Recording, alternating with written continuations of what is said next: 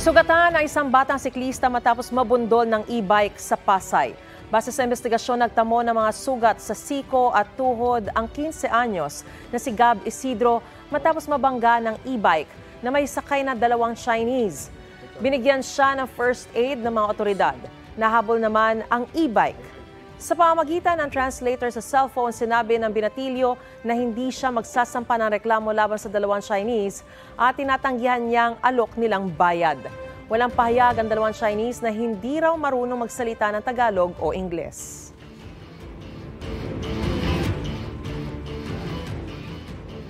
Mga kapuso, para una ka sa mga balita, mag-subscribe sa GMA Integrated News sa YouTube. Sa mga kapuso abroad, subaybayan niyo po kami sa GMA Pinoy TV at sa www.gmanews.tv.